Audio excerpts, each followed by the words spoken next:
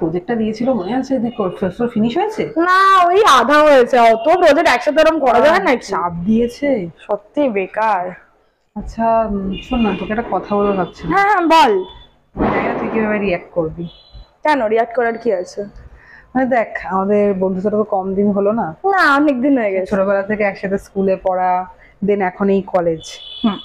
তো I hope মানে আমাদের মধ্যে একটা স্ট্রং বন্ড আছে নিশ্চয়ই। হ্যাঁ অবভিয়াসলি। সো দেখ, I think I am in life with you.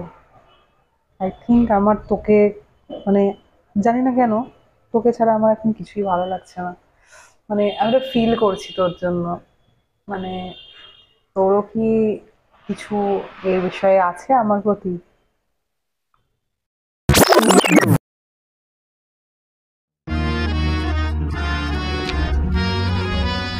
এটা কার সাথে কথা বলছে? একটা মেয়ে বলছে গার্লফ্রেন্ড নেই। হাসপাতালে। আরে বল, তারপর কি বলছিল না? এগুলো কি? তুমি একটা মেয়ের সাথে কথা বলছো, বলছো গার্লফ্রেন্ড নেই। আমি তাহলে কে? তুই ফোন চেক করতে কোন সাহসে? আমি তোমার ফোনটা চেক করতে পারবো না কেন? বলছো তুমি একটা মেয়ের সাথে ফোনটা চেক করতে কে বলেছে? তুমি কথা বলছো। দাঁড়াও, তুমি ফোনটা কার কার পারমিশন নিয়ে চেক করছো? আরে কারণ আমি ফোনটা রেখে দিয়েছি, তুমি তুলে দিলে? আরে বাবা, আমার কি কোনো রাইট নেই? কিছু নেই। আমার কি কোনো রাইট নেই? আমি তোমার গার্লফ্রেন্ড নই। এরকম তুমি কি করে টাকা দেবো তাহলে?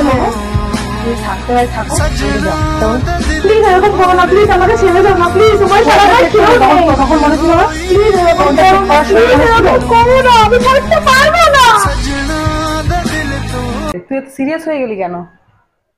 আরে মজা করছিলাম। সত্যি তুই মজা করছিলি? হ্যাঁ রে, মজা করছিলাম। ও আচ্ছা। কি ভাবছিলিস তোকে আমি সত্যিই লাইক করি? তুই না, তোকে কেউ লাইক করতে পারে? ও তাই বলা, তাই আমার ঝগড়া হয় এ হয়, তোকে কেউ লাইক করতে পারে? আরে তো তুইও না। তো চল আমরা ওই বাদ বাকি ডিসকাশন গুলো করে নি। হ্যাঁ চল, প্রজেক্টের কথাটা ভাবতে স্টার্ট করি। চল চল, হয়ে গেল। এবারে তোরও হাফ আমারও হাফ, আমরা দুজনে মিলে বাদ বাকি সর্ট আউট করব। মানে মেইন জিনিসটা তো হয়ে কমপ্লিট করে নেব। হ্যাঁ হ্যাঁ ঠিক আছে, চল তাহলে। হ্যাঁ আজকে তাহলে হয়ে গেল। টাটা দেখা হচ্ছে। ভাগ্যিস ব্যাপারটা সামনে নিলাম, নাহলে কি যে হতো। এই ভালোবাসা পাওয়ার চক্করে বন্ধুত্বটাও হারিয়ে ফেলতাম। যাই হোক, ভালোবাসা নয়, ফ্রেন্ডশিপটা অ্যাটলিস্ট থাকবে।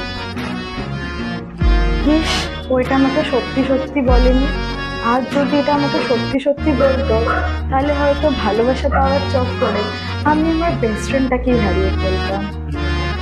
থাক, আমরা বেস্ট ফ্রেন্ড হিসেবেই সারা জীবন থেকে যাবো।